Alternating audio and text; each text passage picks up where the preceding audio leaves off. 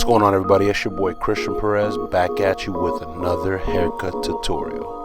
In today's video, we're going to do a bald fade. We're going to start out using our austere octanes. We're going to use our Andis Masters. When I say notch by notch, this is what I'm talking about. We're going to use our Slimline Pros.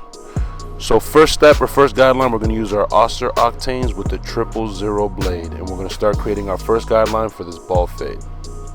We didn't remove anything from the top. He wanted to keep it nice and dark on top. So we're just starting our bald fade from the bottom here.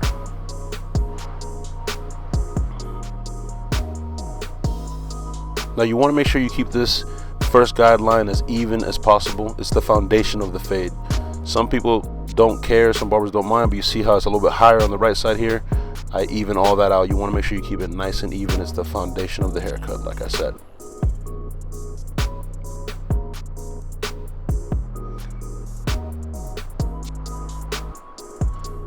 Here we're using the austere octanes again with the 50 blade, and we're going to start balding the customer out. Usually I leave this at the end, but sometimes, it just depends. 1,000 ways to draw a picture. Sometimes you can leave it towards the end, sometimes you can do it right in the beginning. So I'm just knocking it out, just getting it done and over with so I can focus on the fade. You can see when I get towards the original guideline, I'm not really digging and I'm staying away from it. I don't want to create another line unnecessarily that I need to then blend out. You want to make sure you pull the skin tight.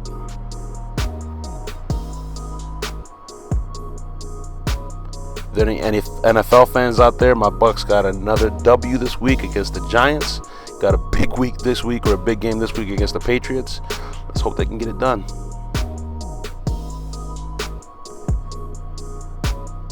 So here we're using our Andis foil shaver, and again following the same concept. So we stay just underneath the 000 line with the 50 blade. We're going to stay just underneath the 50 with the shaver. You don't want to dig too much. It can create razor bumps or burn. You just let the machine do it, do its work. You don't need to press or do anything extra.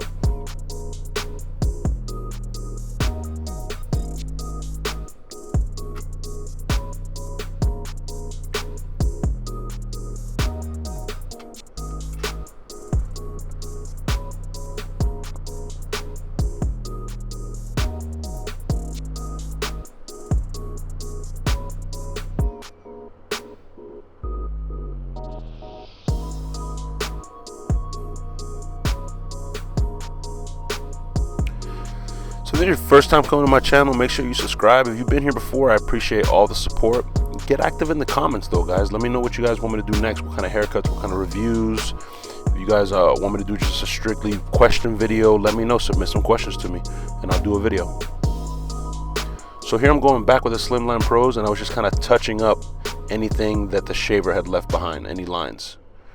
Here I'm using my Andis Masters with the lever all the way open, and I'm creating my second guideline to start blending it out.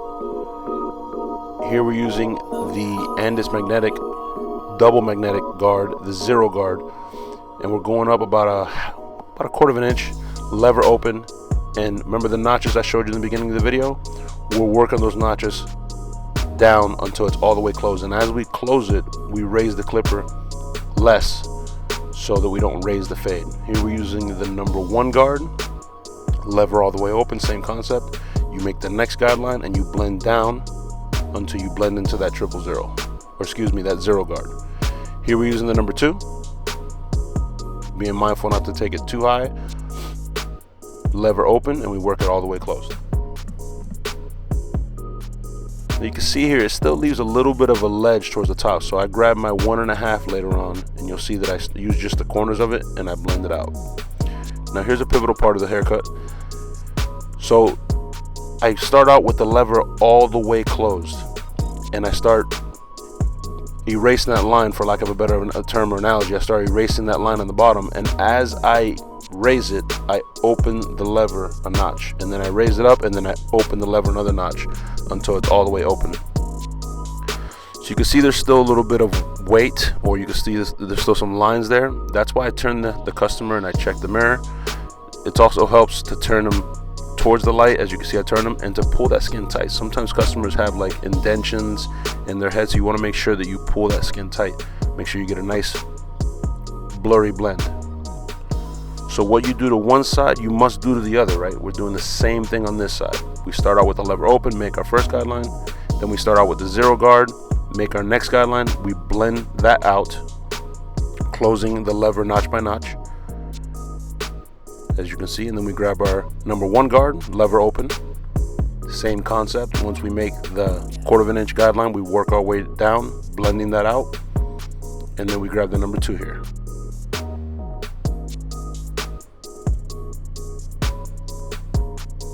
See, this is what I was mentioning earlier. I grabbed the 1.5 again, or the one with the lever open, which is the 1.5, and just take away a little bit of that ledge or that bulk that it left towards the top.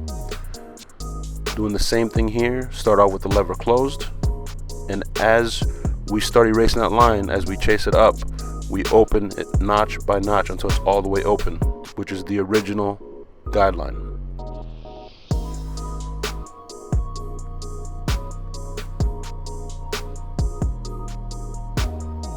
Now, after you follow these steps, one of the problems I had when I became a barber is I would follow the steps and that was it. The most important things about a haircutter, if you want to get an effective blend, a very good blend, is you have to go back and cross-check your work. You have to do detail work. So this method for this haircut takes me probably about 20 minutes. So if your goal is to do haircuts in about 30 minutes, that leaves you 10 minutes to do touch-up work. And we're following the same steps in the back here. I'm putting the captions at the bottom so you guys can follow me as I'm talking here, but it's the same exact steps that we're doing that we did on the sides, we're doing it in the back. Some barbers follow those steps all the way around the head, each individual step. I like to see things completed. I don't know if it's, just a mental thing in my head, but I like to complete one side, complete the other side, and then tie it in the back.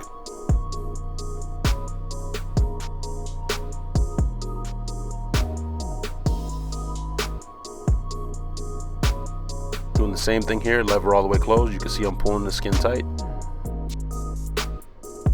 and I'm brushing to get any excess hair out of the way, or to brush the hair down so I can see how the blend is coming together.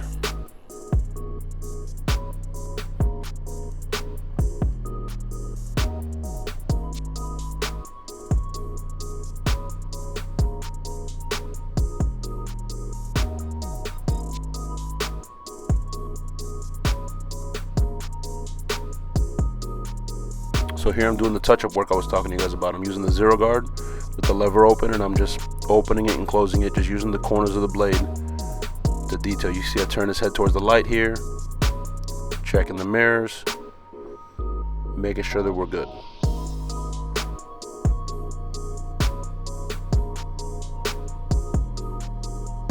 It may look shadowy, and then you turn them towards the mirror, you turn them towards the light, and it's blended out. You look at the mirror, it's blended out.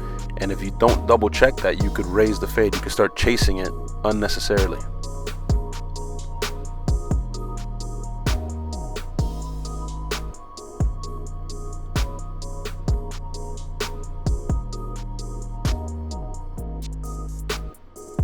So like I said, detail work is the most important part of the haircut. Once you follow the steps, do them frontwards and backwards. Follow the steps backwards, all the way back. If need be, you don't have to do it unnecessarily, but if you see that it needs some touch-up work, just follow the steps backwards. You see right here, he has a little bit of an indentation there. I'm pulling the skin tight and just knocking out that line.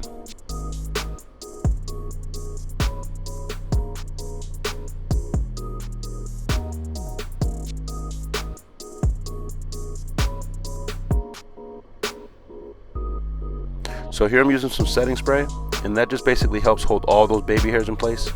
I usually use my compressor hose, but I'm using a little mini blow dryer I got here just to show you guys it can be done with a blow dryer. The heat actually helps it dry and activate faster, and I'm using a brush to put all those baby hairs down to make sure I get a nice clean canvas to work with. Now I'm using my Andis Slimline Pros, making sure I don't push this edge back unnaturally. Now normally I would turn the customer towards me. Somebody mentioned that in the comments of my last video. That is a good point. You can turn the customer obviously directly in front of you. I like to stand directly in front of my customer, but due to blocking the camera, obviously I can't do that. So I make my guideline on one side, and then I meet it in the center. Shout out to Lewis, posing in the back there in my video. He thinks he's funny. He is pretty funny. That's my dude.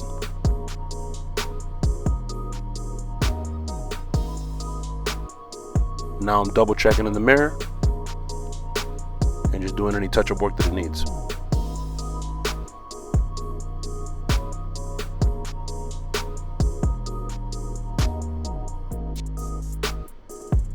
Here I'm using 245 shave gel. You guys know all about that. You can get yours at tune45.com as well as any other Tune 45 products. We got some big news coming up at the end of the month, hopefully, so stay tuned for that. You notice I'm not applying any extra pressure. There's just no need for it. Let the razor do the work. If you're using a good quality razor, there should be no reason for you to apply extra pressure. All you're doing is creating razor burn, and it's just not necessary.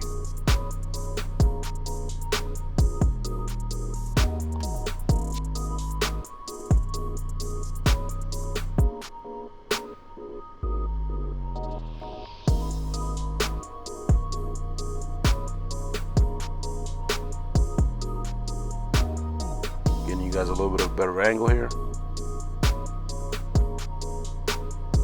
And in these areas, you see I'm using the heel of the razor here. You use the toe and the heel.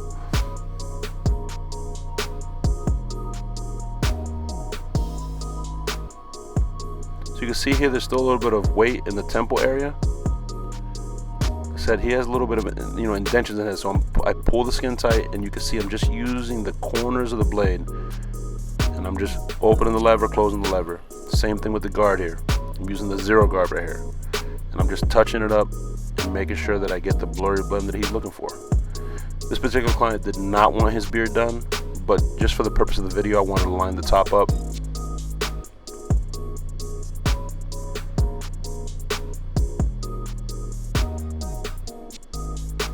You see that residue that the shave gel leaves? You want to make sure you wipe that off and go back over it to make sure you have a nice crispy line, because the customer will get home, wash that off, and the line may not be perfect. The shave gel line that you left behind, the residue may be perfect, but the actual beard hair may not be lined up correctly.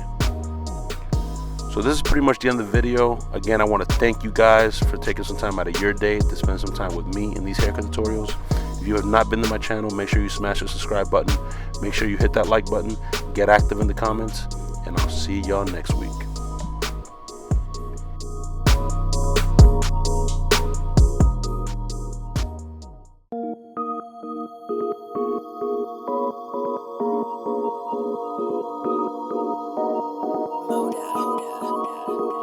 This right here makes your waves pop. The plastic bag Makes your waves pop. Hold on. Brush. Let me see the waves. Okay.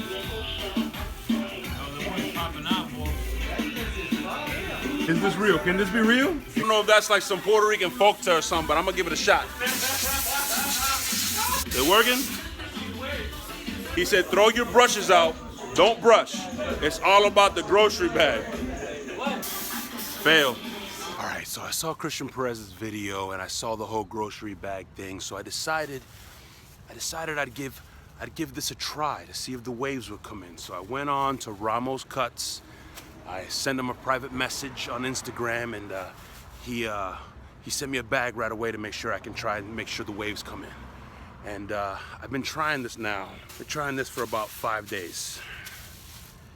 And I'm here to report that it doesn't work. So make sure y'all go to Ramos' Instagram right here, and you go ahead and DM him. I want a refund, man. I want my money back. This didn't work. I still have no waves. I have no waves, but it doesn't matter. You know why? Because there's another video coming up right now. Make sure you click on that video. As usual, I appreciate your time.